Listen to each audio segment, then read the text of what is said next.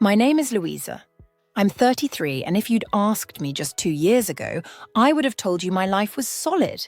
Not perfect, not extraordinary, but whole. Predictable in that warm, safe way. Like a favourite sweater you pull over your head without thinking. And I liked it that way. I liked knowing where the keys were. I liked writing grocery lists. I liked the smell of pancakes on Sunday mornings and hearing my son laugh from the back seat as we made up songs on the way to school. I had 2 kids, Caleb, who was 8, and Rosie, who had just turned 5. And I had a husband named Mark, who I thought was the kind of man who showed up. He never missed a recital.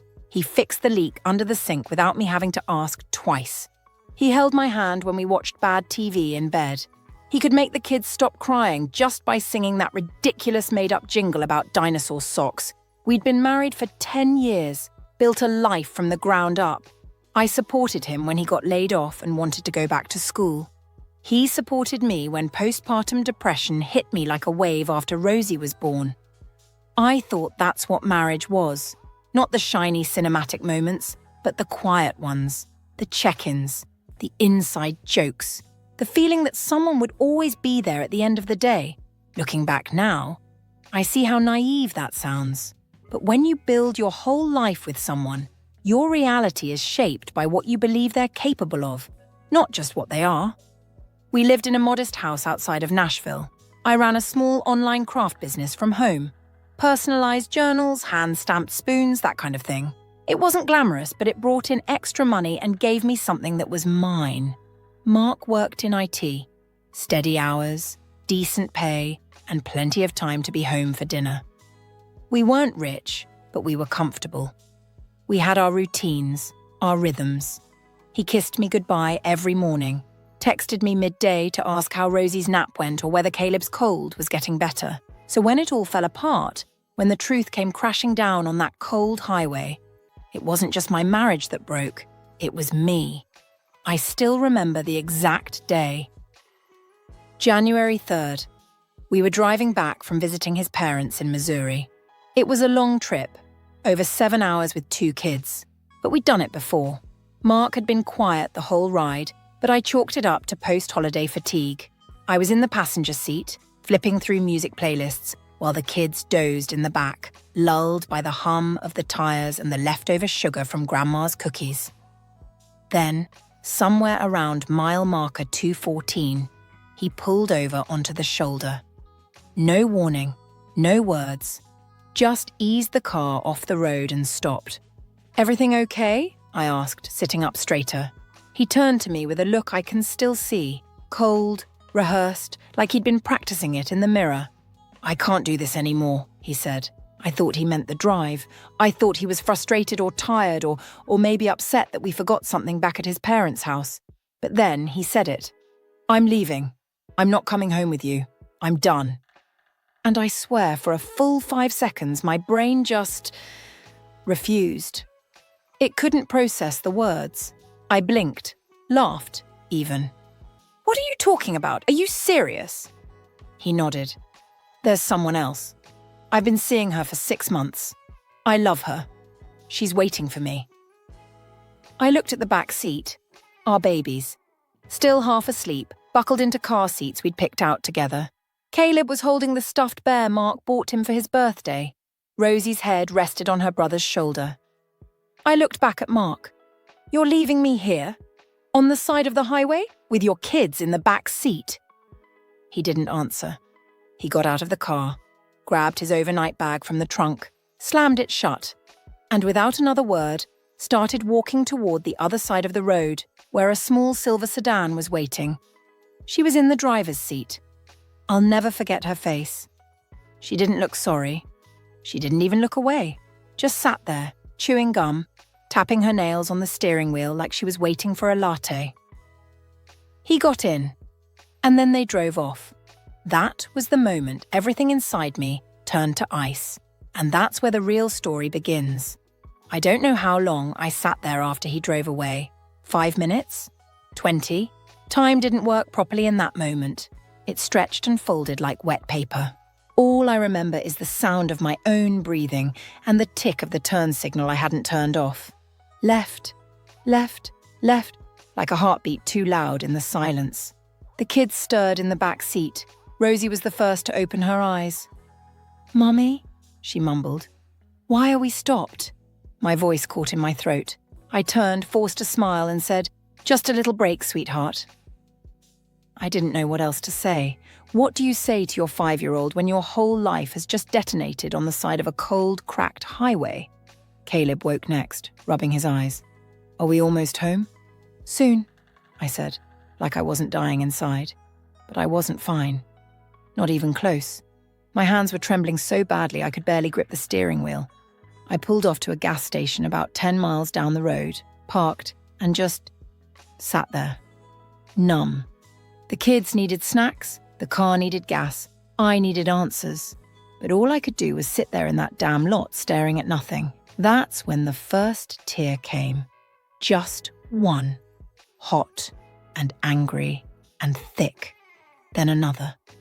Then I broke. I broke in that ugly, silent way you do when you can't let your children see you fall apart. I turned my head, pressed my face into my coat sleeve, and cried in short, stifled bursts that shook my ribs. How could he? How could he walk away like that? From me, the woman who stood by him through every layoff, every failed certification course, every low stretch when he couldn't look at himself in the mirror. From us. The life we built brick by brick, night after night, when the babies wouldn't sleep and money was tight and love was the only thing that glued us together. From them, our kids, his own children, sleeping in the back seat like the world was still safe. It was betrayal, yes, but more than that, it was erasure. He didn't just leave me. He erased the life we had as if it was disposable, like we were just a chapter he was bored of reading. Eventually, I cleaned my face, got out of the car, and filled the tank. I bought the kids juice boxes and a sad little pack of gas station donuts and pretended like nothing was wrong. I drove the rest of the way home, with my hands locked at 10 and 2, knuckles white, heart hollow. And for the next week, I went through the motions like a ghost wearing my clothes. I didn't tell anyone right away. Not my parents, not my best friend. Not even the neighbour who saw me dragging in the suitcases alone and asked, "Where's Mark?" "Business trip," I said without thinking, because I couldn't say it out loud yet. If I said it, it would become real. And I wasn't ready for real. Not yet. But the kids were confused. Caleb kept asking when Dad was coming home. Rosie drew pictures with stick figures and big smiling hearts and labelled them Mom, me, Kayub, and Daddy. I smiled and nodded and told them Daddy needed time to think. That was my default phrase for those first few weeks. He needs time to think. But the truth was, he wasn't thinking. He was living with her. I found out 2 weeks later through a mutual friend who'd seen him at a downtown restaurant, cozy in a booth, arm draped across the back of a chair that wasn't mine, laughing like a man on vacation. I stared at the text for a full minute. Then I went to the bathroom, locked the door, and threw up. That was the day I realized I couldn't outrun this. I had to face it. I called my sister. I told her everything, every raw, awful detail. She listened without interrupting, then said, "Louisa, you didn't deserve that. Not even a little." And just hearing those words broke something loose inside me. I cried for real that night. In my bed, in the dark, while the kids were asleep and the moonlight made silver shadows on the wall. I cried for the woman I used to be. The one who thought marriage was sacred. The one who believed that loyalty meant something. The one who didn't know what it felt like to be left on the side of the road with a suitcase full of diapers and cracker crumbs and broken trust. I didn't cry for him. He didn't deserve my tears. But she did. The woman in that car. The woman who was me. I cried for her until there was nothing left but salt on my pillow and silence in my chest. And then, slowly, I began to get up. Not all at once, but step by shaky step, I began to put my life back together. And what happened to him after that? That's where the story gets interesting. Healing, I learned, doesn't look like what you see in movies. There's no montage of jogging in the park and cutting your hair short and smiling in the mirror as upbeat music plays. It's slower, quieter, like peeling wallpaper, like clearing away mold you didn't know was growing behind the walls. It looks like doing the dishes without shaking, answering the phone without your voice cracking, folding your kids' laundry and remembering which socks belong to whom, even when your thoughts are tangled in a storm you can't explain. The mornings were the hardest. That split second between sleep and waking, when your body forgets what happened, just long enough to hurt all over again when it remembers. But the kids, God, the kids, they saved me. They needed me. And needing to be strong for them pulled me forward when I didn't think I had it in me. I found a part-time job at a local gift shop, one of those charming little places that sells handmade candles and cards with watercolour birds. The owner was an older woman named Judy, who had been through her own storm years ago. She didn't ask many questions, just looked at me one afternoon and said, "You look like someone who knows how to survive." I took the job on the spot. It didn't pay much, but it gave me structure, gave me purpose, gave me a reason to change out of pajamas and brush my hair. Mark? He didn't call for weeks. No check-ins, no money for the kids, no how are they sleeping, or did Caleb's cough get better? Nothing. He was too busy playing house with the woman who helped him detonate his own life. And yet, somehow, I knew it wouldn't last. I didn't want it to be true just to be vindictive. I'm not that kind of woman. But deep down, I knew Mark. I knew his patterns, his limits, his need for validation. He wasn't built for depth. He was built for comfort, for ease. And when life got real, when things got complicated, he always found a way to slide out of it. It started with the rumours. A mutual friend, someone who had stayed neutral during the divorce, messaged me late one night. "You didn't hear this from me," she wrote. "But I think things are getting messy on his end. She's been posting weird stuff." I didn't even know the woman's last name at that point. I hadn't wanted to. But I looked her up, scrolled through her social media. And sure enough, the shine had worn off. Posts about feeling drained, cryptic quotes about betrayal, one that said, "Some people only show up when it benefits them." A few weeks later, I heard that Mark had lost his job. Apparently, being a reliable IT guy became harder when he started missing meetings and pushing off deadlines.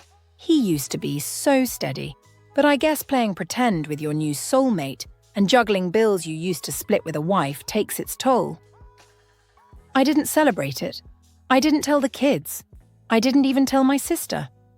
I just sat on my porch with a blanket and a cup of tea and let the wind speak for me. The phone rang 2 days after that. It was Mark. I almost didn't answer, but something in me wanted to hear what failure sounded like in his voice. "Hey," he said, low and hesitant. "Hey," I replied, cool but civil. He launched into it. No hello, no how are the kids, just a stream of words about stress, finances, how everything happens so fast, how he might have made a mistake. A mistake. I closed my eyes and let that word settle. He talked about her, how it wasn't what he expected, how they weren't aligned, how he felt pressured. He even tried to say he was confused when he left. Confused, like abandoning your wife and children on the side of a highway is something that happens by accident, like love is a switch you bump into on your way out the door. I listened, and then after a pause I said, "The kids are doing great. They're safe, they're healing." He was quiet, then, "And you?" That question, after all this time, I breathed in and said, "I'm stronger than I've ever been." He murmured something about maybe meeting up sometime, about maybe talking things through, and I said softly but clearly, "No, Mark, that part of the story's over." He didn't argue, because he knew. The man who left me on a highway thought he was escaping something broken, but he had no idea.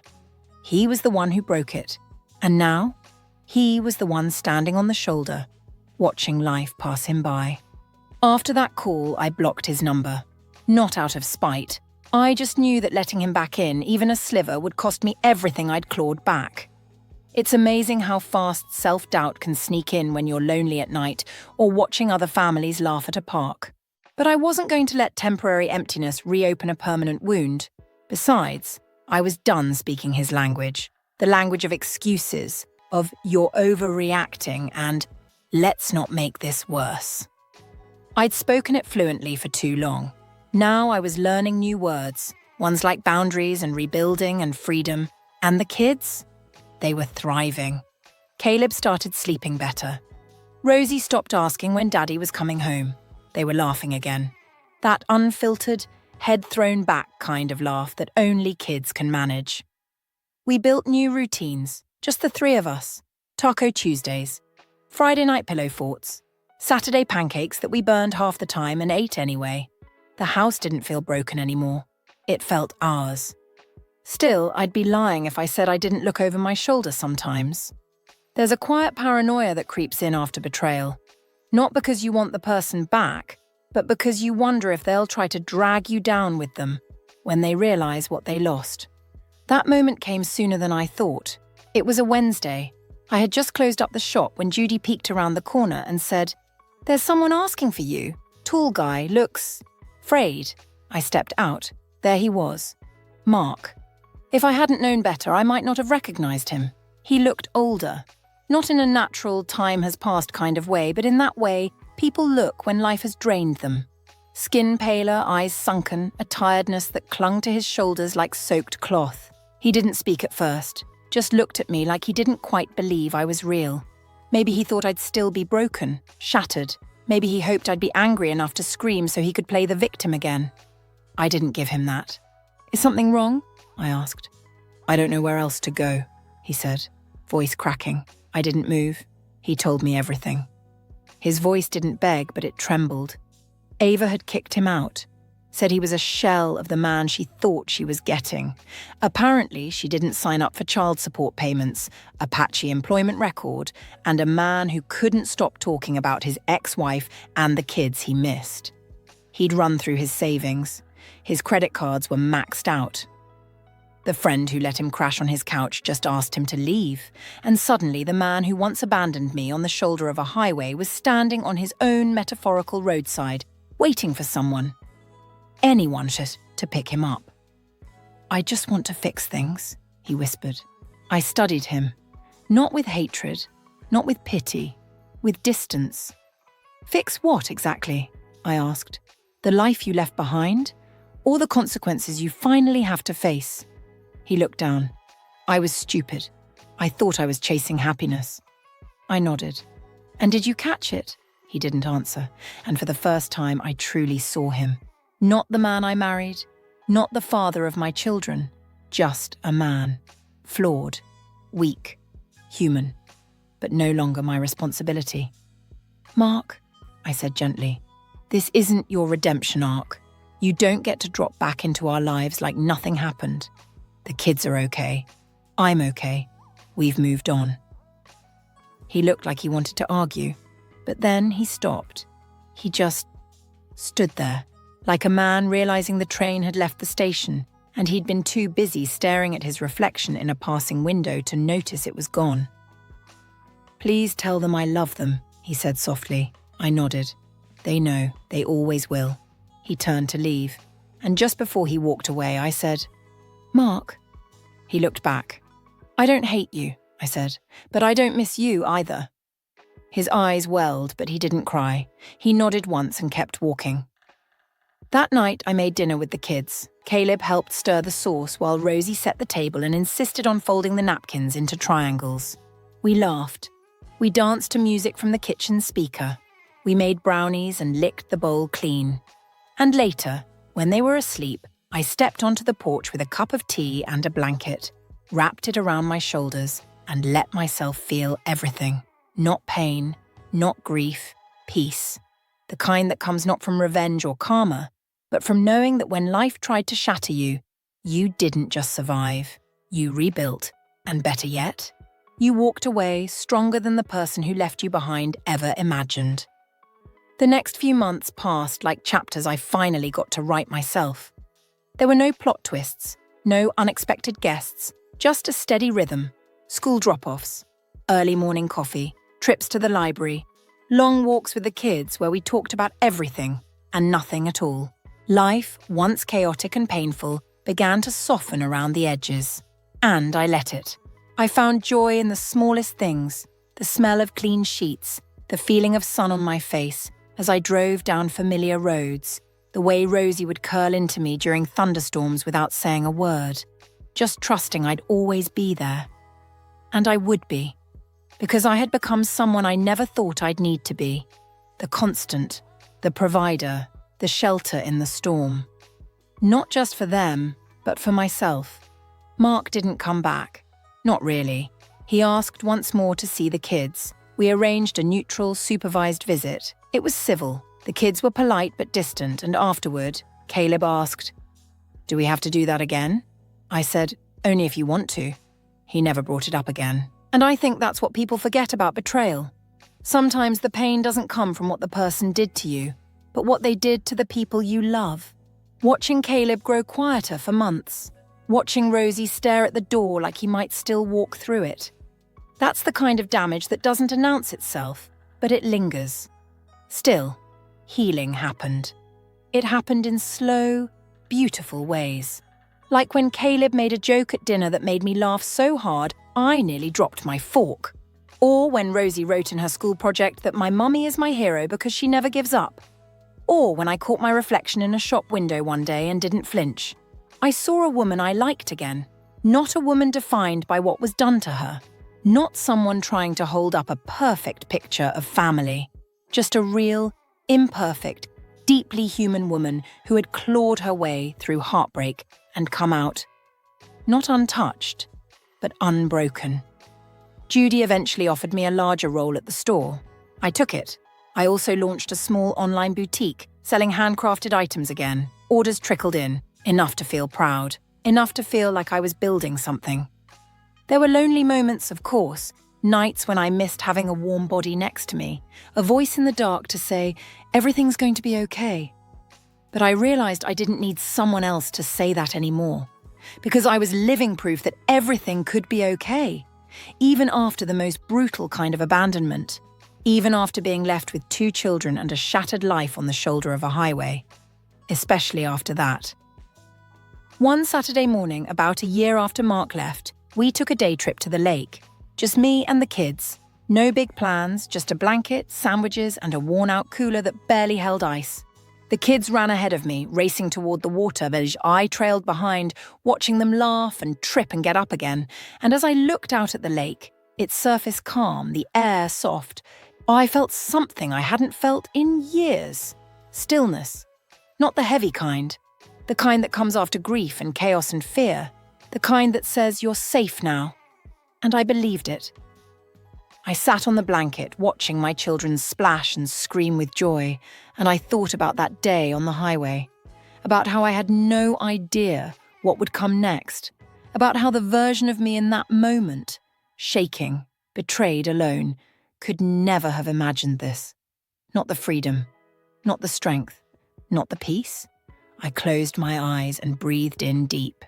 And that was it. No grand finale, no dramatic closure, just that breath, that lake, that moment, and the quiet, glorious knowing that I didn't just survive what he did to me, I transcended it. And that's the kind of ending I'd choose every time.